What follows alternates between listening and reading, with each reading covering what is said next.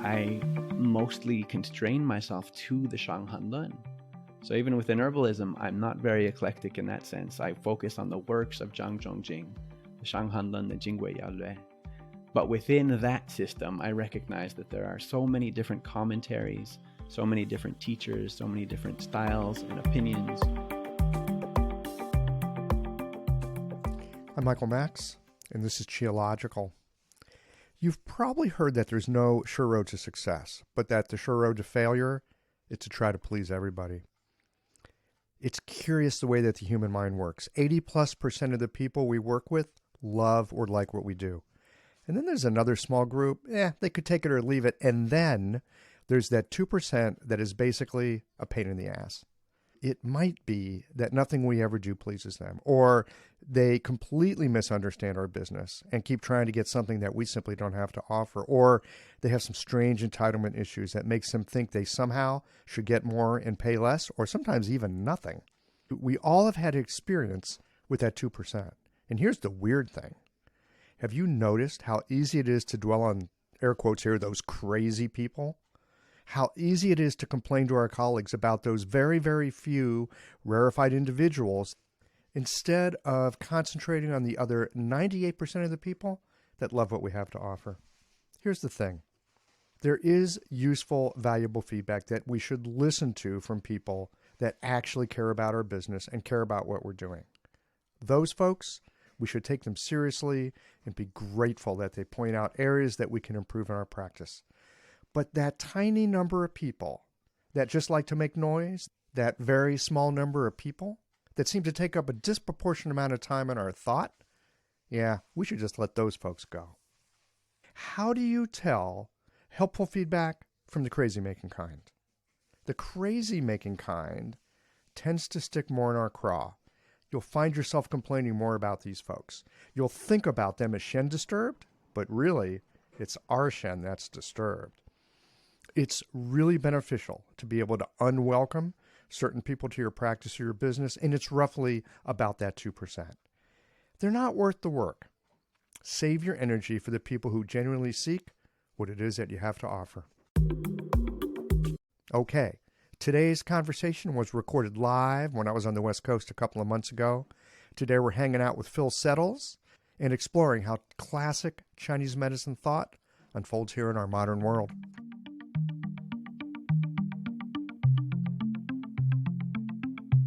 These conversations come to you through the generous support of our sponsors and members.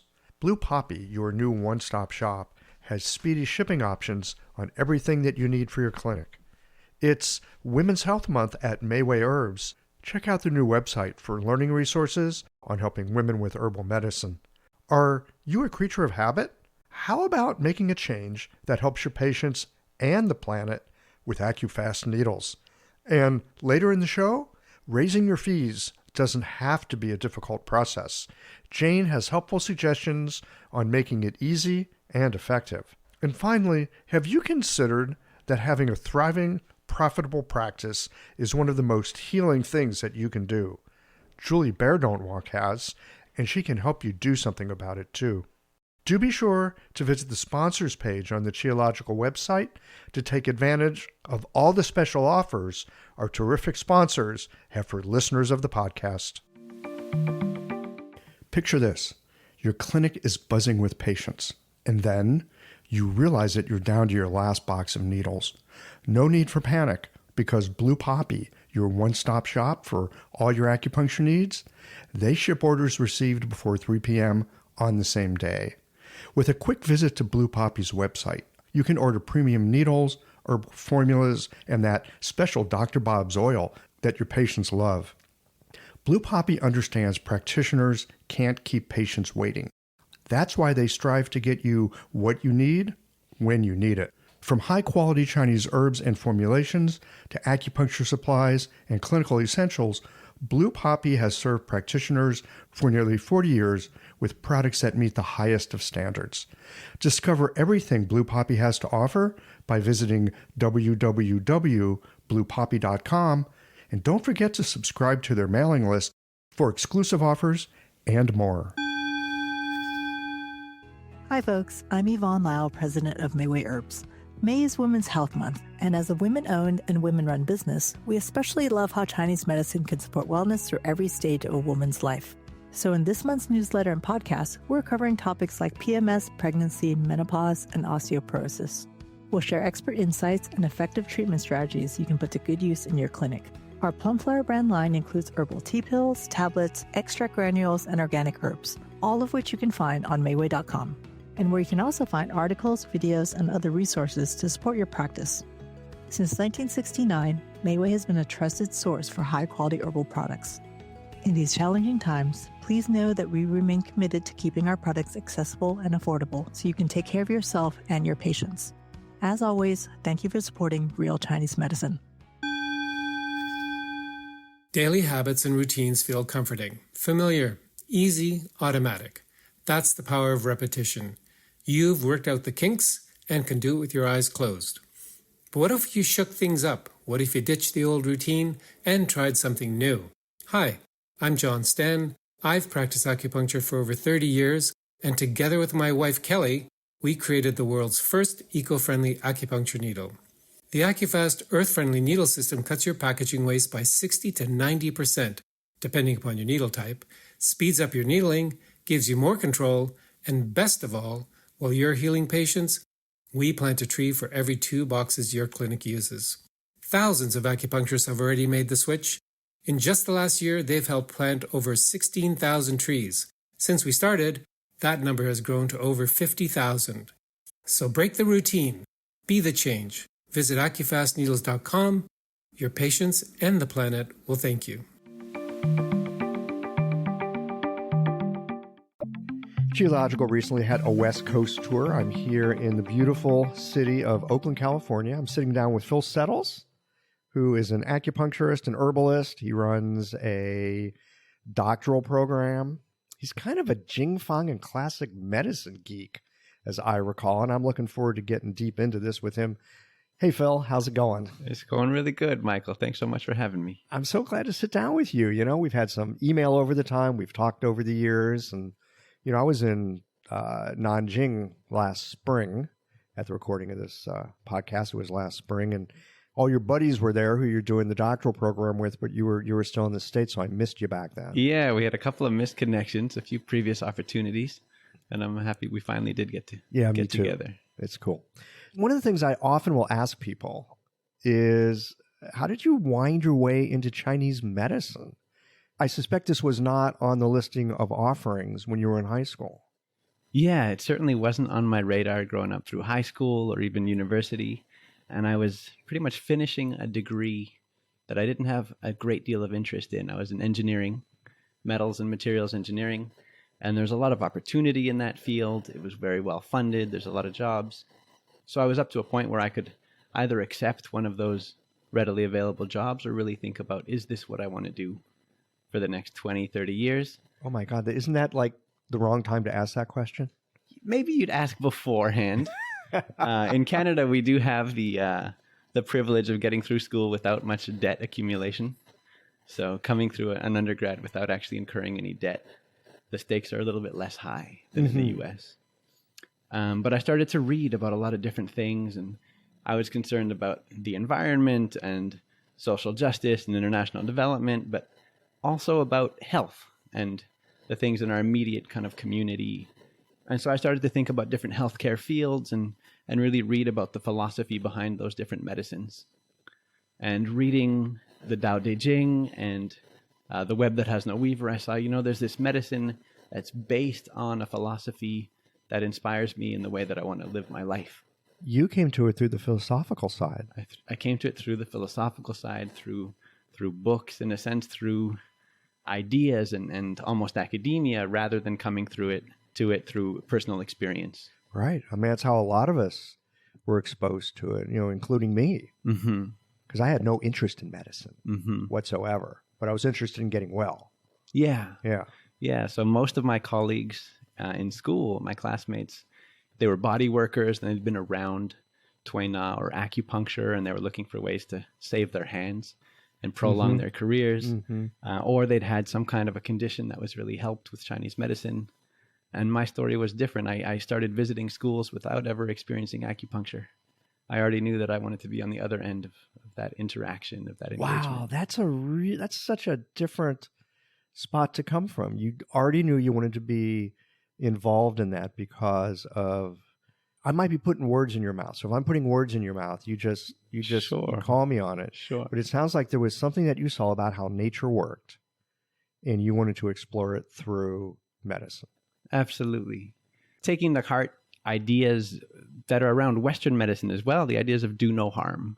And then other philosophical ideas like be the change you want to see in the world. And, Sure. and if you want to do no harm, to me, as I was reading about natural systems of medicine that are based on, it's like the original individualized medicine as well. The way to do no harm to me was in a one-on-one interaction with an individual where I try to get to the root of what's going on for them and use natural substances and technologies and means to try to address it. Okay. So acupuncture school for you. Yeah. And, most of us walk through, and I don't want this to devolve into that whole, TCM versus the rest of the world kind of thing. But, most of us walk in through that. And yet from what bit I know of you, because of, the people that you hang with and some of the discussions we've had, you've acquired a bit of a taste for the classic medicine. Yeah. How did that happen? Yeah, I certainly have. I was very lucky in Oakland at ACCHS. The teacher who taught me foundations, diagnosis, and later on 4 classics was Steve Woodley. And he himself had drank the Kool-Aid of Jingfeng, of the classics. So he told all of his students, he really recommended actually your book, The 10 Key Formula Families. Oh, really? As one of the first resources we had as an entrance into the Shanghanlun studies. And then he organized his own seminar company, and he brought Arnaud Versluis to the Bay Area. So Arnaud Versluis did his ICEAM courses in San Francisco for a number of years. And as a second-year student in my MSTCM program, I began to attend. So, have you always been an overachiever? No. I was never really academically inclined. Student? Yeah. Did that stuff make sense to you as a second-year student? It was way over my head. And Arnaud went, 100 miles a second in brilliant language, but inspiring language. So I typed as fast as I could, and I still have those notes and still go back to them from 8-9 years ago. But the inspiration was there, and the seed had been planted, and there was no going back. So I had to continue to go to my regular classes in the MSTCM program and learn the formulas we learned for state board, learn the acupuncture, learn the internal medicine, etc.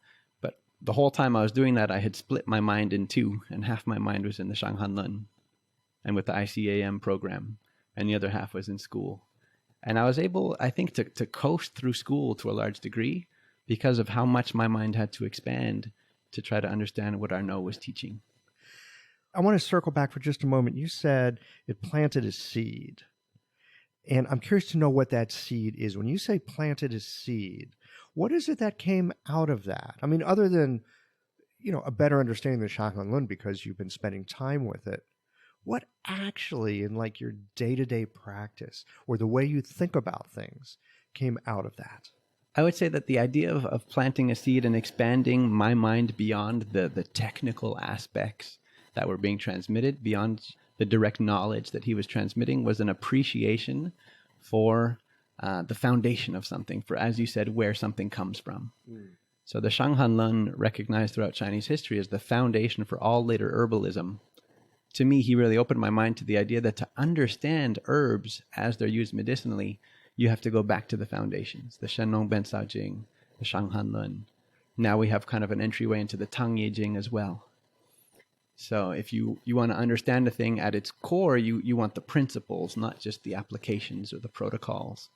Right, because what we get taught in school, I mean, most of us want to get taught. We want to know how to fix something. Yeah. What's wrong? How can I make a difference? We really want to know the applications. Yeah. And there's a place for that, but you're talking about something underneath the application. You're talking about something more fundamental here. Yeah. And there are different parts of it. And ultimately, we're clinicians. And our ability to make our livelihoods depends on our ability to have patients come in. And our ability to have patients come in depends on some extent to our ability to help patients feel better. Exactly. So we can get rid of them. Exactly, yeah. So the incentives are all wrong in clinical medicine, yeah. But part of it, in terms of having a patient really improve and be able to communicate that to their friends and colleagues and family, and for me in the clinic that I've had here in Oakland, we never really invested in marketing. We let the internal marketing be the sole way that the word would get out, and we would just try to practice good medicine. That's our marketing. The way to do that, I think, is a combination of things like protocols. They're really kind of the low-hanging fruit of this is a thing that works a lot. If someone has knee pain, try this. If someone has a stomach ache, try this. It works a lot of the time. But what if it doesn't work? Mm-hmm. And then you don't know why it didn't work because all you have is a protocol. Whereas if you try to get to the underlying principle behind that protocol, and the protocol doesn't work, you can respond to that. You can understand why it didn't work. Well, and you can understand why the protocol might work in the first place. Yeah. And then be creative in new applications and Uh-huh. treat new diseases you haven't seen before. Because you know the underlying process. Exactly. This may be a question that is like too big for the time that we have, but I'm going to ask it anyway because it's my podcast. Sure. I can ask you any get question. to do that. Yeah. I get to ask the questions. When you talk about the underlying process, what are some of the things that for you, in the way that you understand this and that you work, seem to be most fundamental and most helpful in terms of getting a sense of how, what's holding something in place and how things unfold and how you can help, right? What are some of those fundamentals that for you are key? In my mind, the first thing that comes up is a little bit of a divide for me internally between herbalism and acupuncture. And those are my two main tools. And I do some cupping, I do some gua sha, I do some moxibustion. But there are other people who have way more evolved practices in those different branches of Chinese medicine. And for me, the fundamentals, the idea of how to think like a physician from really the top down versus just applying the protocols that are the low-hanging fruit, are a little bit different at this stage in my development for herbalism and for acupuncture. And Arnaud, in one of his very first lectures, introduces the idea from Zhang Jingyue that the way to understand herbs are difficult. And it's very difficult to apply them correctly. And if you just try to match herbs to symptoms, you end up making very poor formulas. You make a mess. Yeah. And Zhang Jingyue goes on to say that the real secret, the two things you have to know are the qi and the flavor. So now herbs do what they do because of their qi, hot, warm, cool, cold, and their flavor of the 5 flavors that we learn. And then going into that and delving into the Tang Ye Jing and the different flavor analysis from the Tang Ye Jing that is being written up right now by Joshua Park, is doing wonderful blog posts about these. There's a lot of really inspiring young guys and girls, young ladies, young men coming out and just showing just tons of aptitude and interest and creativity in the way that they're relating to Chinese medicine. So I'm impressed with so many people who I'm just discovering at this point through social media and Facebook. He's one of them. So there's a place for the distraction machine, huh? Absolutely, yeah. My engagement with Facebook is 95% Chinese medicine. If I look at my feed, that's all that's there. So there's a place for the distraction machine. Yeah. For those listeners who might not be familiar with the Tang Ye Jing, what is it? The Tang Ye Jing is a lost classic that, from some study of history, there's kind of theories that the Shenong Bensao Jing itself had disappeared at a certain point of time, but it was preserved in this book called the Tang Ye Jing. So Yi Yin was an imperial cook, someone who rose up from kind of slave or really working class, but worked his way up through the kitchen all the way to the top position, cooking for the emperor and mastering the art of flavor combination.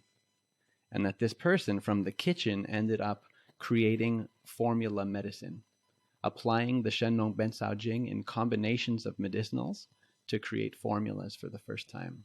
Well, this is interesting because so often we talk about food as medicine.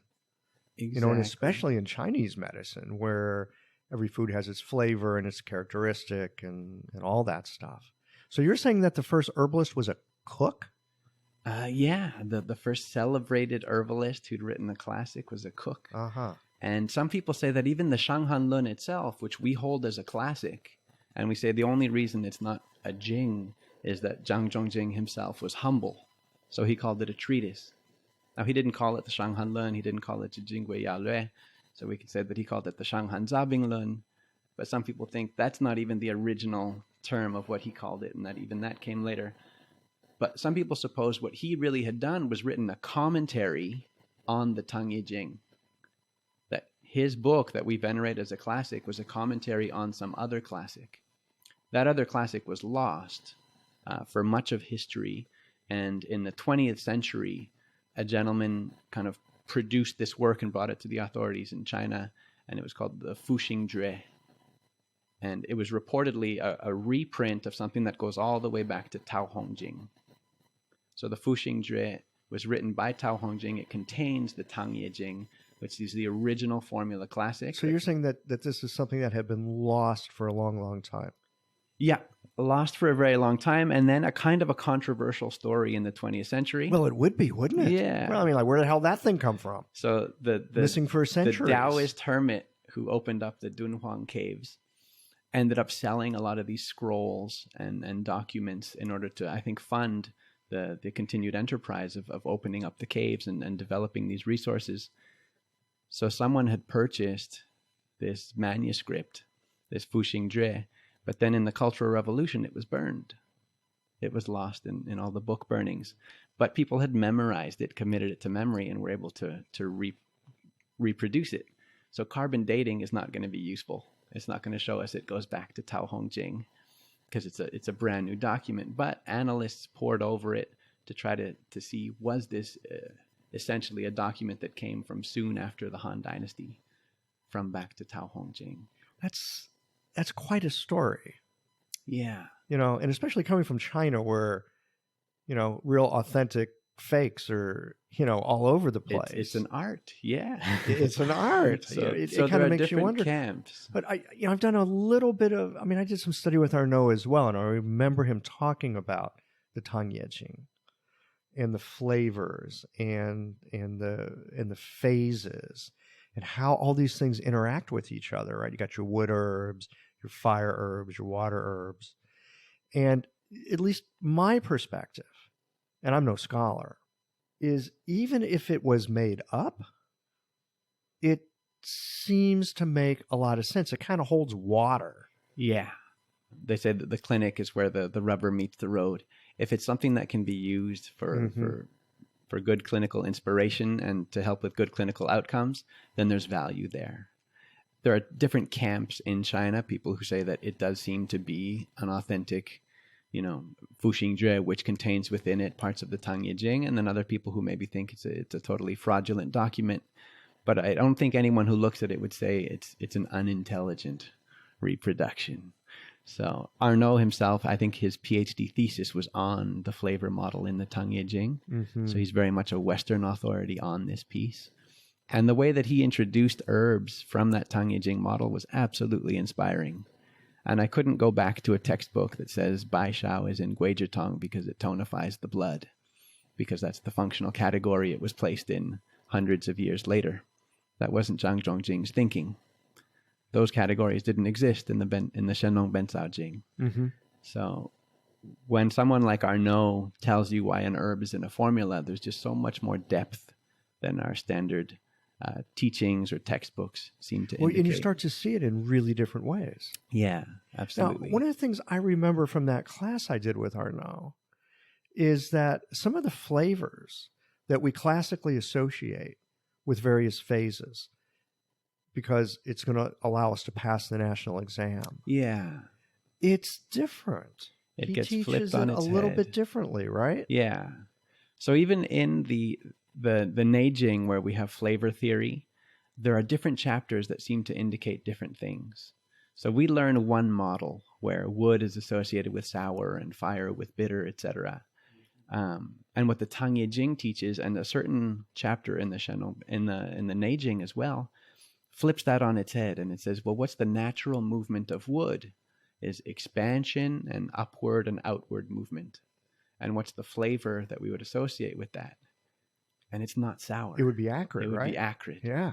So now in the Tang Jing, the herbs that are in the wood class are the acrid herbs, guizhi and fuzi and shengjiang, etc. So there's a functional sense there that doesn't exist when we say that wood and sour are the only connection we can have. Same thing with the lung, Absolutely. right? With the metal element. Yeah. Usually we associate that with being acrid, but those are more the astringent and sour herbs, as I recall. Exactly. So we say that the lung is greedy for qi. The lung wants to inhale and take in qi, and it governs qi internally. So the flavor that is associated with that movement is astringent. It's sour. It's an inward movement associated with the lung. And so to purge the lung, you would use acrid. You would disperse from the lung. Right. And what do we often do for lung issues is disperse. Absolutely. When there's an excess condition, then we would purge the lung excess. Right. Yeah. How does this thinking affect you in your work? In my clinical work, I have several, in a sense, voices in my head because I've had so many wonderful teachers. I've been studying Chinese medicine for 10, 11 years. I've been in practice for 7 or 8 years. And in that time, right away, I got started with Steve Woodley, my own teacher at ACCHS, and then Arnaud Versluis, Dr. Huang, who you introduced me to through your work. And then Michael Fitzgerald began teaching at our school in Oakland as well. And he'd studied with Huang in the past and has kind of a personal relationship. So Dr. Huang came to Oakland a number of times. I ended up through Iran, who's another friend of yours, and Mark Gearing being invited into a special study group to do a PhD with Dr. Huang in Nanjing University. I've studied with Suzanne Robidoux quite extensively, and she's one of my core teachers. So I have few different Shanghanlun teachers' voices in my head at all times. How do you keep that stuff straight? Well, sometimes one of them speaks louder than the others. So with a particular patient, I might be taking the pulse, and something from Arnaud's teaching, and Arnaud's teaching is very has an emphasis on the pulse. So it's very rich in theory, and it was the original kind of poetic terminology of physiology and pathophysiology that I fell in love with. But it also comes back to the pulse in the end. And I might feel something in the pulse that absolutely is going to dictate what I do with a particular patient. Or the patient walks in and they look a certain way, their eyes are moving a certain way, their complexion is a certain way, the quality of the skin, the temperature of their hands, whether there's moisture or not. And a lot of what comes from Dr. Huang, where observation and body palpation is such a big part of finding really the formula presentation, telling you who a patient is. And that might speak louder. Or as the symptoms start to be reported in the intake, because we have all these 4 diagnostic methods. If it's the symptoms themselves that start piling up, and I can say, I've got all these symptoms of an external condition, and it seems to be more Taiyang than Shaoyin in this particular patient, but I also have, there's a little half-half here because of bitter taste and dizziness, etc. Then I might start to do my categories of 6 conformation, 6 syndrome differentiation from Suzanne Robidoux. So all those teachers are there. I continue to study with each of them, either in person or just going over the materials that I have from them. So those voices are guiding me in clinic, but one or another may be more emphasized in any particular case. This episode is brought to you by Jane, the clinic management software that honestly just makes running a practice easier. Let's dive into something that's never easy, but sometimes necessary: raising your fees. It can feel awkward, right? But here's a tip that can really help. Consider offering flexibility to your patients as you introduce the change. When patients face new fees, it's natural for them to feel uncertain or concerned. That's where flexibility can really make a difference. Offering options like a phased increase, suggesting a payment plan, or even taking a moment to talk things through can help to ease the transition. These thoughtful gestures show your patients that you're listening and care about them, which strengthens the trust you've worked so hard to build. If you're looking for more ideas on how to navigate these kinds of changes, head to frontdesk.com. www.jane.app and check out the article, How to Tell Clients You're Raising Your Fees. One last thing, if you're ready to give Jane a try, you can use the code CHIOLOGICAL for a 1-month grace period on your new Jane account. I think this is one of the real strengths of our medicine, even though from a certain perspective you look at it and go, well, these are 3 different things. How do you know which one is, air quotes here, right? Mm-hmm. Especially in our Western world, we're looking for that thing that's right. Mm-hmm. You know, evidence-based and blah, blah, blah. I'm not going to go into that. But we have this rich tradition that argues with itself, for one, but also has these various perspectives. I'm really taken by the way that you speak about this. It makes sense to me that you've got different ways of looking at and interacting with patients. And at any one moment, one of those will sort of come to the fore. And you can sort of open it up and see what's in there. Absolutely. That's the limits to which I allow myself to be really eclectic, because that word is very relative. And there are people within Chinese medicine who say that Chinese medicine itself is a tool in their tool belt. And then they'll reach out to another system like functional medicine is very popular, for example, with acupuncturists. And then that becomes another tool in their tool belt. And for me, I'm not quite on that level of eclecticism. Chinese medicine is not my tool belt. It's my whole worldview clinically. And then even within Chinese medicine, from an herbal perspective, I mostly constrain myself to the Shanghanlun. So even within herbalism, I'm not very eclectic in that sense. I focus on the works of Zhang Zhongjing, the Shanghanlun, the Jingwei Yaolue. But within that system, I recognize that there are so many different commentaries, so many different teachers, so many different styles and opinions, and I might learn something really useful from one teacher for a particular formula and something else from a different teacher for another formula. What happens when in the Shanghanlun we have, by I think the year 1900, there have been over 800 books published about it. And at this point, there are thousands of books published about the Shanghanlun. And there's nothing else in Chinese medicine with that level of scholarship and accumulated knowledge throughout 1800 years. Well, and we were just looking at some books before we started rolling the tape here today. You've got a couple of them here. Some of them, one of them is about the size of a phone book. You all know what a phone book is, right? Maybe not. But what we used to call the phone book, you got a book here that's roughly that thick. From someone in China that's translating this stuff now. Yeah, I have a little bit of OCD where if a new book has come out about the Shanghanlun, I want to know about it. So I just do searches. Maybe once a month. I'll get on Amazon or just through Google, and I'll try and see if there's any new material out. And I found these 2 books by a gentleman, Martin Wang, within the last couple of months. And they were published recently. And his goal seems to be to make some of the material that's available freely online in Chinese available for an accessible price in English. Is he a Chinese medicine practitioner, or is he just a fan? Do you have any sense of who this cat is? I don't have much of a sense of who he is, but occasionally he includes his own opinions, and they seem very informed. So I'm quite confident he is, in fact, an herbalist, a Chinese medicine practitioner. So he, in these books, includes a lot of opinions of a lot of the current contemporary masters of Jingfang, of classical formulas. And then occasionally he throws in his own 2 cents. Mm-hmm.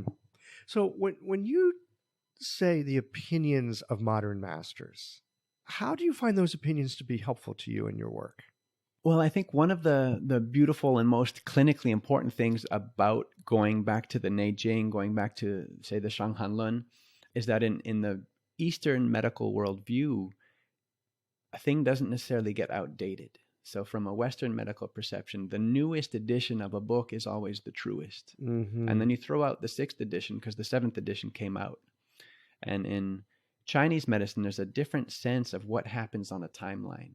And Arnaud illustrates this the most beautifully I've ever heard.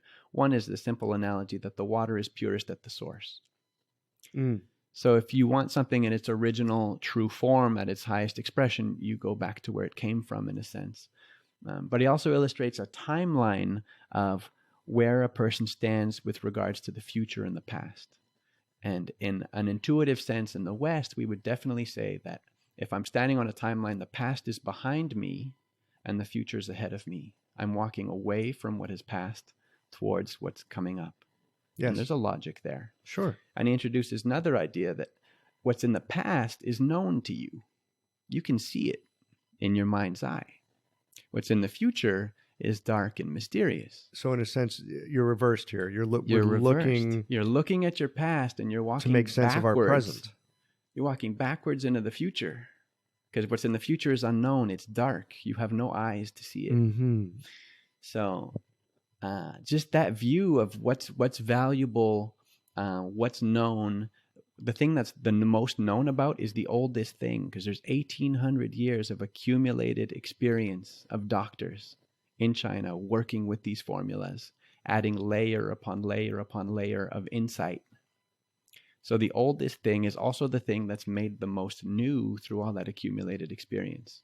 Whereas if a formula was created in the 50s or 60s and used in a hospital setting, there's very little that's written about it. We don't know much about it. We don't know much about it yet. I mean, there might be some Western-ish type research on it. Mm-hmm. Those are the ones that tend to get a lot of note, by the way. Mm-hmm. Yeah. But they don't have the test of time. Yeah. Which within our paradigm is a very valuable thing, that test of time. Yeah. Evidence-based means it's been around 1,000 years or so. And hasn't been discarded. Yeah. And hasn't been discarded. Yeah. Yeah. So you've been at this stuff about 10 years now. You had this engineering background. Yeah. Like from engineering to medicine. That's kind of cool. I love that juxtaposition. Yeah. How would you say that learning medicine is different than learning something like engineering? Well, on one level, the first thing that comes to mind is as you did the introduction today, you said that I'm a bit of a classical formulas geek or a Shanghanlun geek, and no one would have called me a geek before. I wasn't a geek about engineering. I was not going to sit in the front of the class. I might not show up to class.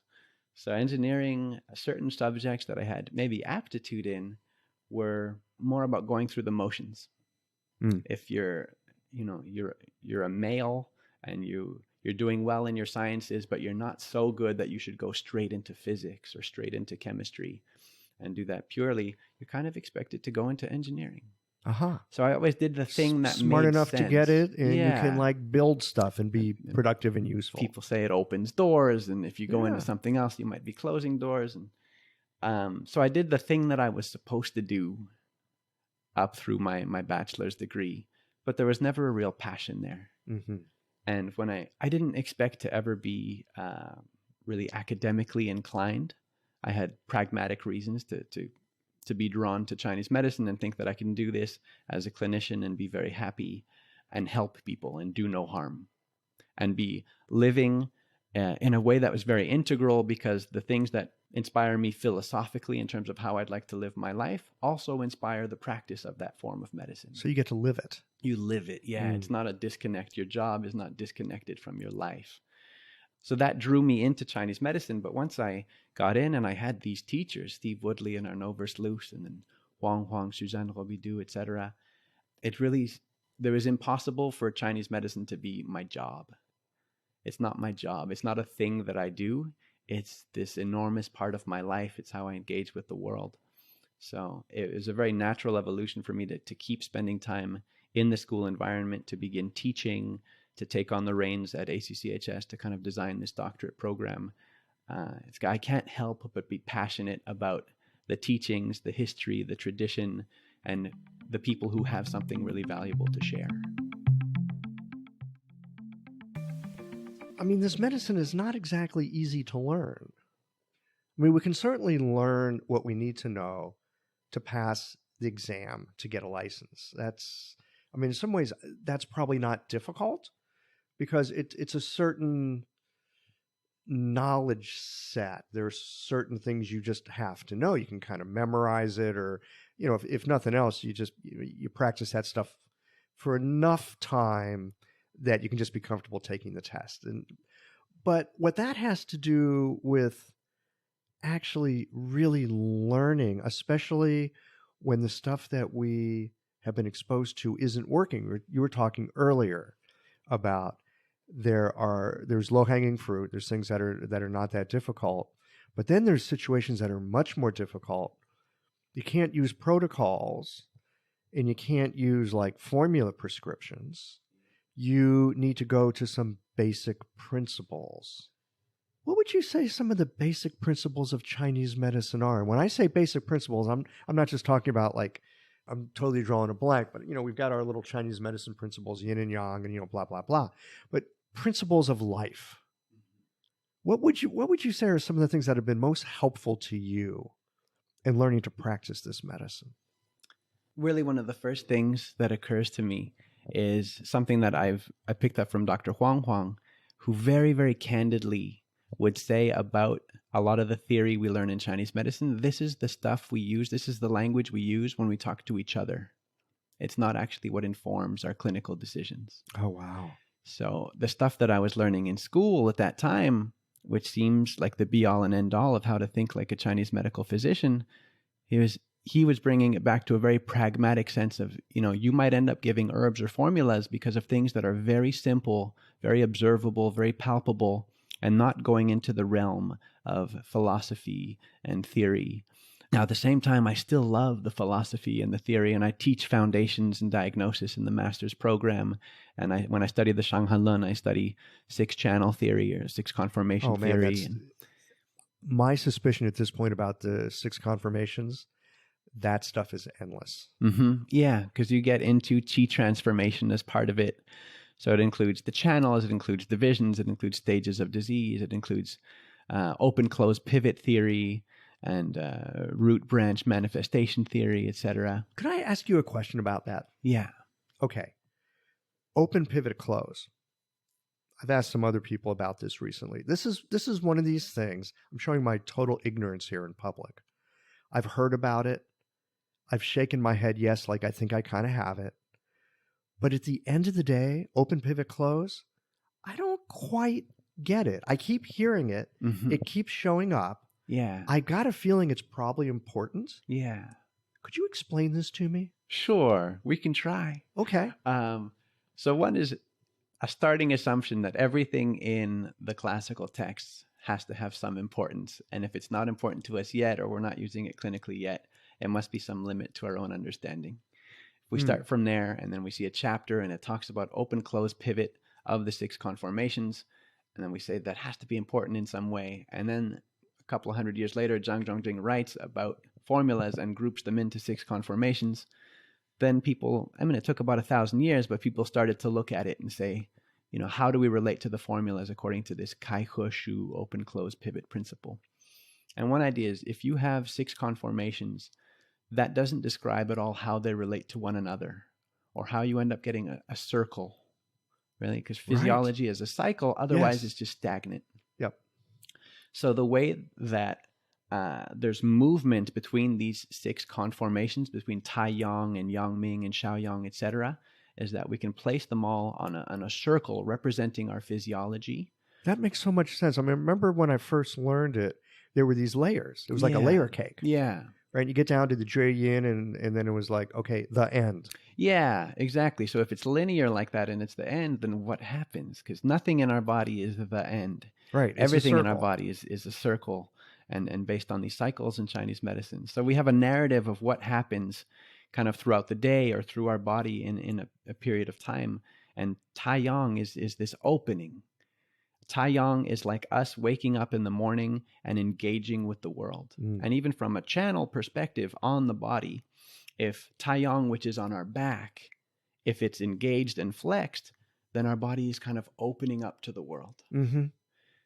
And you can't open forever or you die because the body's not linear. So if it opens and opens and opens, then Yang's going to keep going up and out and eventually separate from Yin. And that's the end of our story. End. So what has to happen after opening is closing. So Yang Ming closes. So Yang Ming now is this descent, this internalization of Yang. So it happens, 1 second after noon, 1 second after maximum Yang has to come back in. And that's this movement of Yang closing that's represented by Yang Ming. And then Tai Yin opens to receive from Yang Ming. So we can say food going into the body is this Yang Ming descent and internalization, and then the absorption of that food is Tai Yin. Oh, yeah, that makes sense. Okay. So Tai Yin opens to receive and also opens into the body to distribute nutrients from food. Going from outside to inside. From outside to inside. Opens to the inside. Yeah. Tai Yang opens to the outside. Precisely. Okay. After Tai Yin, we have Xiao Yin on this circle, and it's the pivot. It's the pivot between Tai Yin and between Jue Yin. One of the ways that's explained is that Xiao Yin has heart and kidney from a channel or zong organ perspective. And heart is fire. It's the mother of earth. So as the pivot, Xiao Yin supports Tai Yin on one side through fire engendering earth. And it also has kidney, which is water, which supports liver, wood on the other side in Jue Yin. So the situation of Xiao Yin between Tai Yin and Jue Yin is that it can support either and pivot between either by being the mother of both of those phases. I see that. But there we're looking at the 5-phase correspondence. So there is this We're looking connection, at how Xiao Yin manifests as wood and Xiao Yin manifests as fire. Wait, did I say that Xiao Yin right? as water and fire, Xiao Yin is water and fire, which can be the mother as of opposed to either Xiao wood Yin and earth. as fire and fire. Precisely, yeah. So we look at both of the organs involved in Xiao Yin, and then we can go deeper and say that Xiao Yin is ultimately a story of the relationship between fire and water, between heart and kidney. And then closing up this cycle, we've got Jue Yin, which is the closure of Yin, this ultimate Yin, which then leads into Xiao Yang, which is another pivot. And Xiao Yang is the pivot between Yin and Yang. It's the little Yang that's going to give birth to the big Yang of Tai Yang. So we have both Jue Yin and Xiao Yang as pivots. We've got Xiao Yin and Xiao Yang as pivots. Xiao Yin and Xiao Yang. Okay, this is good. I'm getting a little lesson here. There you go. Xiao Yin and Xiao Yang, the two Xiaos, That's right. are the pivots. That's right. Now, some of the ways that people have related this to formulas and understanding a formula deeper is that if this is part of the physiology of Taiyang, to understand Taiyang, we have to understand that Taiyang has this opening nature, and it relates to the skins and the skin and the exterior. And Taiyang can open too much, or it can fail to open. Both would be a problem. Both would be a problem, and both have a solution, in a sense, from the Shanghanlun, that if Taiyang opens excessively and we have easy sweating, then Guizhitang is appropriate. If Taiyang fails to open and the exterior is blocked by cold, constricting, contracting, congealing, and the body can't vent, so there's cold and body pain and stiffness and an inability to vent, so fever starts to mount, that's a Ma Huangtang problem. Aha. So now formulas get related to the inability of one of these conformations to do its function according to Kai He Shu theory. And if it's not doing it, will either help promote it, or if it's doing too much, you restrict it and bring it back down. Precisely, yeah. You could think of that as kind of an excess or deficiency. Precisely, yeah. Excess opening or deficient opening, excess closing or deficient closing. So that's one of the models that historical commentators have come up to work with the Shanghanlun over the last 1,000 years. And the literature is just kind of riddled with this material of people saying, this book saves lives. We know that. Sun Tzu Miao said that. And all these other commentaries have talked about how important this is. How do we relate to the book? Because it's not written like protocols. No. It's not the low-hanging fruit. None of the classics are the low-hanging fruit. They're the It stuff seems like all the classics, and this is why they're in some ways poetic, and this is why at times it seems impenetrable, is because it's not giving us a specific. Yes. It's talking about a principle. Yes. Yeah, and that's the thing that underlies all the specifics, and it's the idea that the I Ching with 64 iterations of combining yin and yang lines allows you to understand, interpret, and engage with the 10,000 things. If you understand those 64, the 10,000 are explainable. You don't have to learn 10,000 protocols. And it's the same with the Shanghanlun. If one starts to try to delve into the principles, then they can see new diseases that no one else has ever treated before and creatively apply a finite set of principles, a finite set of herbs and formulas, and treat it accordingly. this is, for me, one of the things I do love about Chinese medicine, and makes it really hard to practice in some ways. At times it makes it hard to practice. At times it makes it easy. Because if we really can grasp the principle of a situation and we see a condition our patients have, and we see that principle at work, well, then coming up with the herbs for that really is not that difficult. Yeah. I mean, the formula writes itself. Yeah. Once the kind of, some people will call it the pathomechanism or something like this, or the pattern is truly grasped, then the formula writes itself, because there's this true understanding. And I've heard this term clinical gaze, and it refers to this idea of being able to look at something that's seemingly very complex and see simplicity within it. So that to me is the challenge, and ultimately the goal in every clinical interaction is to find the elegant simplicity that underlies all the things that are happening. There's a tendency, I think, in Chinese medicine, at least as it's taught in the West, through the model that we learn in the MSTCM program, the Zongfu model of diagnosis, to say that if we have a complex patient, it means they have a lot of patterns. And I think this goes back to some of our leading authors like Bob Flaws in case studies or in teachings. And he would say that, he doesn't treat tennis elbow or stuff like that in his clinic. He'd acquired a certain reputation, and it was only looking for certain types of cases of chronic, difficult, sticky diseases, things like this. But if the diagnosis has 5 or 6 or 7 different patterns, to me, that never seemed like that clinical gaze that's finding simplicity and complexity. In fact, I remember a teacher that I had when I was in school. If we come in and say, there's some spleen deficiency and some liver stagnation and a little bit of heart fire, the teacher would look at us and go, "What, are you prejudiced against the lung? Don't you want to throw something in for the lung?" Yeah, you missed one. Yeah, exactly. So that, to me, there's a certain confusion that arises where if you have 25 symptoms and you come up with 7 patterns for them, you're no better off than when you had 25 symptoms. You still have too many things to treat and no clear order, what to prioritize, what comes first, what's underlying, what one thing, if you treat it, will resolve everything else. If you have 7 patterns, you don't know that. So some of the teachers who've inspired me have systems that they can practice primarily from the Shanghan Lun, where a complex thing ends up being a simple formula, a smaller formula directly from the text, and they can say, this is why all of this other stuff can actually be explained by this one root presentation. So what otherwise would have taken, you divide your formula up into 5 or 6 or 7, and you're treating the liver qi stagnation and the spleen qi deficiency and the damp and the heart fire and something for the lung.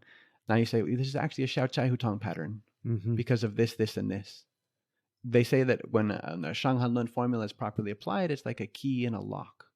The whole thing shifts. The whole thing turns. So for me, I'm always drawn to that idea of the simplicity that can be gleaned in a seemingly complex situation. Having a thriving, profitable practice is one of the most healing things you can do as a healthcare practitioner. Because a robust business is the ultimate expression of vital qi. And that's the heart of our medicine. I'm Julie Bairdontlock, and I help practitioners grow nourishing, profitable, authentic businesses that embody the generative cycle of Chinese medicine. This isn't about all yang all the time. It's about expanding your own internal capacity, growing collaborative relationships with your patients for ethical patient retention, and marketing as an extension of this medicine, not a necessary evil. You already know that everything is connected in your patients' lives and bodies. The same is true for your business. When we align your systems, your schedule, your pricing, and your offerings with you, we create flow, which means more spaciousness, more impact, and more joy. When you are in the flow, fully resourced in terms of qi, time, and money, your business becomes a source of healing, not just for your patients, but for you. Let's grow something rooted, radiant, and real. Visit lifeflowconsulting.com to learn more. Well, I didn't learn herbal medicine this way, but if I was to start from zero and relearn it, I think one of the things I'd want to do, actually I could probably do this right now if I wanted to, now that I think about it, because, after doing it for 20 years, why not just start over? Mm-hmm. Just add something new in. The building blocks of so many of the Shanghanlun formulas, I mean, there are 4 or 5 herbs. There's not a lot. Mm-hmm. Sometimes the difference between one formula and another is simply dosage. Right. That really tells you something Yeah. about understanding the underlying principles of things. But it seems to me, I would have probably had a lot less confusion over the years, and I might even have less confusion now if I would just go back to using one formula with the idea that there is a principle here. Mm-hmm. And I'm looking to treat that principle and to just use it without any modification so I can find out what does it actually do. But it's so hard not to do that. Yeah. It's so hard not to go, and a little bit of this for that and a little bit of that for this. Absolutely. Yeah. Right? Because I want my patient to feel better, but then we end up not really knowing. I think of that as first-year student syndrome, where if we tell a first-year student to go in the herb room, where all the herbs are categorized according to category, functional category, the same way they are in the textbook. Mm-hmm. And we say, here's a patient, and these are all their symptoms. Make a formula. They say, okay, well, what's the pattern?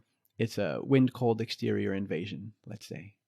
They would go to that section of the herb room, and they would look at all the herbs, and Jingjie looks good, and Fangfeng looks good, and Guizhi looks good, and Zisuye looks good, and Qiang. They all match the signs and the symptoms and the pattern. So you'd make your formula by emptying that part of the shelf. Or if you have a joint pattern of, say, liver qi stagnation with qi and blood deficiency, like Xiao Yao San or something like this, you'd go to all those different sections of the herb room and pull some things out. But why would you stop at Ren Shen? You should put some Huang Qi in there. That tonifies Qi. It sounds good. And Shan Yao sounds like everyone can use Shan Yao. And so there's always that tendency to add more, that temptation to add more. With acupuncture as well.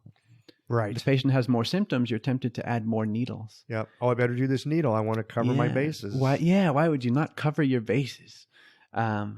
And then some of the inspiring teachers that I've known, like Henry McCann, who teaches Dong acupuncture and really relates it all back to Chinese medical theory from the classics. So when you take a Dong acupuncture class with him, you're learning about the Neijing. You're learning all the way back to the Han Dynasty. Like, he relates everything to the principles. So we're back to principles. We're back to principles. He doesn't say for this symptom, use this point. For this symptom, use this point. But he says that if he's treating and he goes beyond 5, 6, 7 needles, he realizes he doesn't know what he's doing. So when you have clarity, you can use a minimalist intervention. When you have confusion, you need more herbs, you need more points. And so many of us, when we start learning, we learn in a way that the more is better versus this idea that less is more, less is better. Yes. Well, I think there's also something, I'm just starting to come to this. Let me run this by you and see if it makes sense. Yeah. This is just an idea that I've been chewing on lately, and it primarily comes from doing some work with Toby with this acupuncture, and it's kind of messing with my mind a little bit.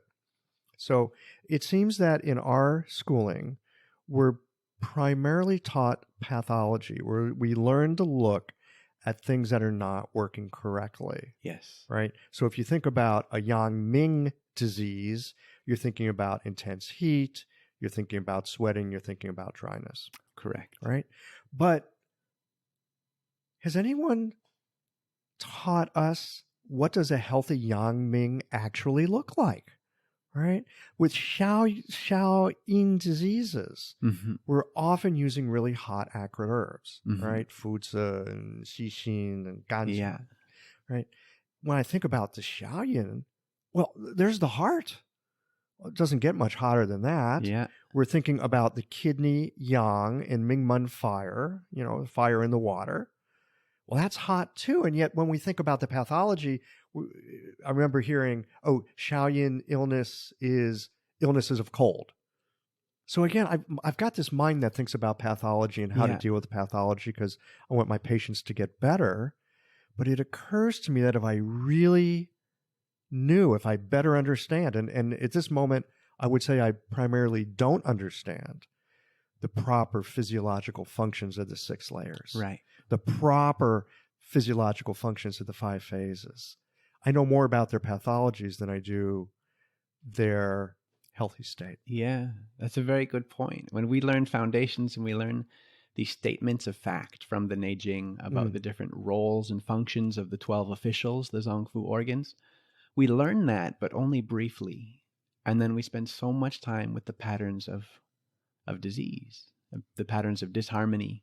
Right. And the same if, the cursory glance that we have at the 6 conformations in our MSTCM degree, which can be summarized on half a page, and it is in the H.B. Kim book that people use for studying for exams.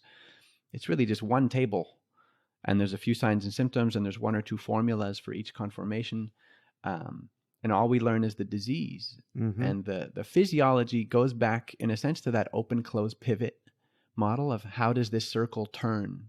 Because when the circle turns, there's health. Yes. If anything gets blocked on that circle, there's disease. The same way with the channels in the body. If there's flow, if the river is flowing, and then it's a clean river. And if it gets blocked, then things start to accumulate. So that Shao Yin, for example, in the pivot, we can say that it's located between Tai Yin and Jui Yin because it can engender either from that 5-phase perspective. But also because it has a fire organ and a water organ, it can pivot into a cold pathology or pivot into a hot pathology. So we speak of Shaoyin cold transformation and Shaoyin hot transformation. And we have Sinni Tong or Zhenwu Tong. And then on the other side, Huanglian Ejiao Tong, for example. Yeah. For a heart fire with an underlying kind of kidney yin deficiency, if we use that terminology, water deficiency. So it's helpful, I suspect, to also really understand proper physiological function. Yeah. Because if you know what the proper stuff is, like you're just talking about, you'll know how it's deviated from what's proper. And if you know what proper is, then it's much easier to bring it back because you know where you're headed. Absolutely. Yeah. I think that gives you the directionality, and it lets you interpret when there's deviation from normalcy. And that's what disease is, like dis-ease.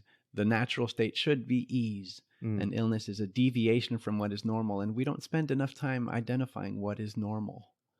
So all we do is we identify the patterns of disease, and we Which learn is in helpful, a sense the and we should know protocols. that too. Yeah. I mean, as doctors, it's incumbent on us to know that. It just seems to me this whole idea of knowing what's normal might be a deficiency. I agree with you. And I think that health is our end goal, but it's not our starting point in our education in that sense. So it should be where we start and where we seek to bring people back to. That should be our sense of equilibrium, and we should have it well understood and well defined, and maybe we don't enough in our education. Holy smokes. Yeah. There's a lot of interesting things to talk about with Chinese medicine. Endless, really. Anything that's sort of got your attention these days? I mean, you've got your finger in a number of pies, including running a doctoral program, including working on a PhD. Anything that's just kind of got your attention lately? Just stuff that you're looking at or working with in clinic, or books that have got you thinking? There are a lot of things that do have my attention and that I do spend time with. I'd say one of the big things that I'm interested in, and it's been a great quality in terms of actually doing my work with the doctorate program, is that I'm always paying attention, and I'm interested in who's doing what, who's teaching what, and what are the different mentalities within our profession, because our profession is so varied. There's all these, if you look on Facebook, I think is a fairly good overview of the different types of practitioners and different types of people, and what kind of groups crop up and what are their internal philosophies, whether or not they define that. But there are scholars of Chinese medicine group, where it's kind of the I would call it the hardcore academics, many of whom are translators and really engage with the study of the language and philology and the philosophy. And a lot of people from outside end up feeling like it's a little bit too heady or not quite clinical enough for them, and they create their own groups. And there's some groups that are in between that are about the practice of the classics in clinic. And that's where I really like to go see case studies where people are thinking it through with classical principles. Other groups like Chinese medicine that works, that's almost completely devoid of mentioning terms like yin yang, 5 phases, zongfu organs, 8 principles. Like it's a place where people are gravitating towards styles that don't go back to Chinese medical diagnosis in a big way. So it's more of that application ready, protocol heavy approach.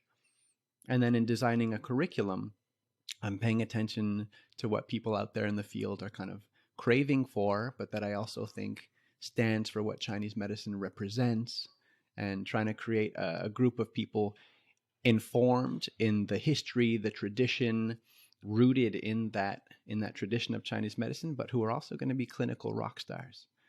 And then finding the teachers who best represent that mix of both worlds, of the theory and the tradition and the pragmatic aspects of making better clinicians. Sounds like you're being a curator more than anything else these days. Yeah. I'm a curator. I'm studying what people are doing and finding those things that fit the mold of what we're trying to promote. And it's been an incredibly validating experience for 2 years to be communicating with teachers, one, who are like my personal heroes, that I read their books and I relate to what they're teaching and I have great admiration for them. And then to be able to reach out to them and have a reason to say, would you be interested in coming to Oakland and teaching in our program? And then getting the feedback from 30 or 35 students who are saying this has just been for them an incredible program over 2 years. Mm-hmm. And they've learned so much. And even the ones who've just finished last December and completed their courses have already told me they're sad. They're sad that they're not coming back for January and February for the next. So after being in clinic for 5, 10, 15 years and coming back into this scenario over 2 years of having all these amazing teachers come in and change things radically for them. Sometimes you have an entrenched practice, an entrenched habit. Exactly. Yeah. I mean, this is what I was referring to just a few minutes ago when I said, in some ways, I feel like I need to relearn herbs or take a whole different approach. Mm-hmm. Sometimes there's value in shaking things up. It's helpful to shake things up.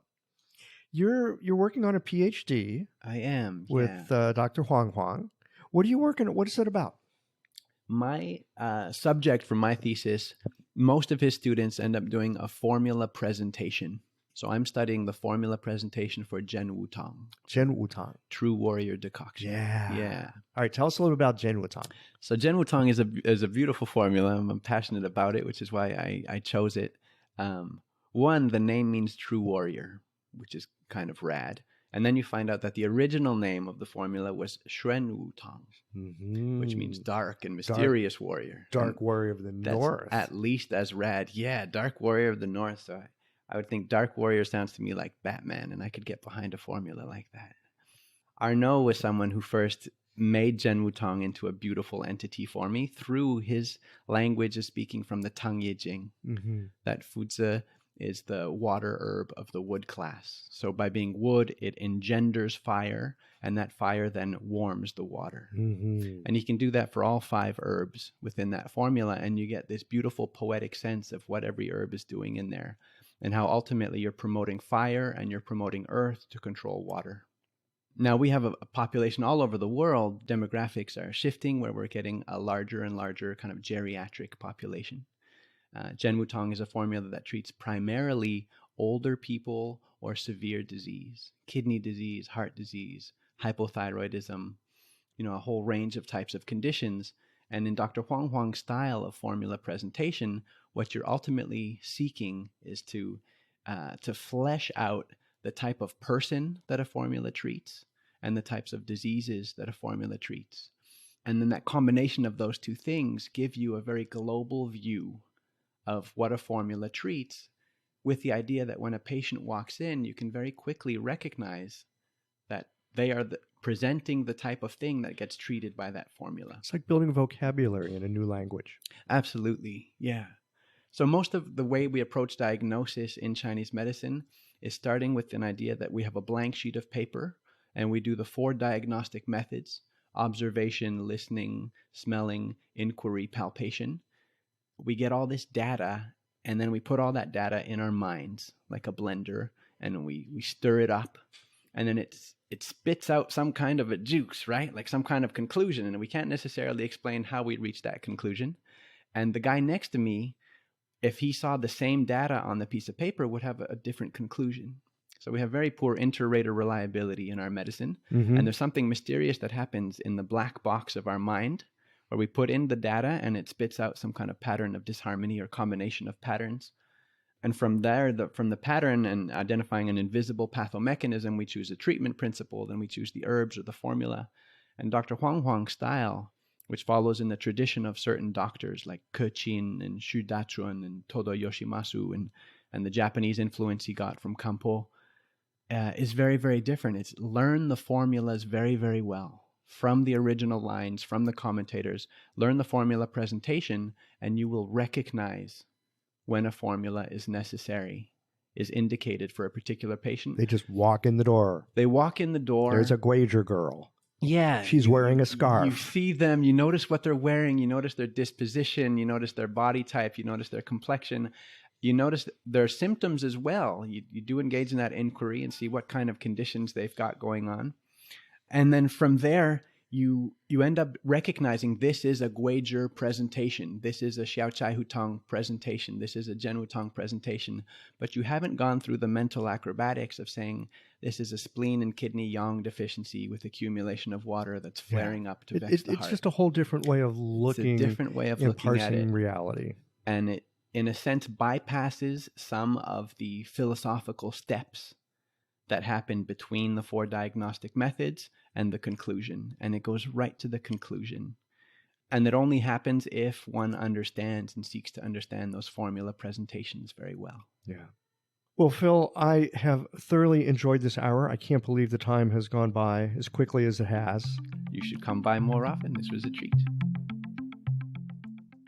Well, here we are at the end of this episode. If you've listened up to this point, you're either a rabid fan of Qiological or the forward button on your podcast player stopped working. If you are indeed a fan of the podcast, you can help us to bring new episodes to our community of practitioners by supporting us with a membership or a one-time contribution. Details, of course, are on the website. That's it for today, friends. Join us again next Tuesday for another thoughtful episode of Qiological.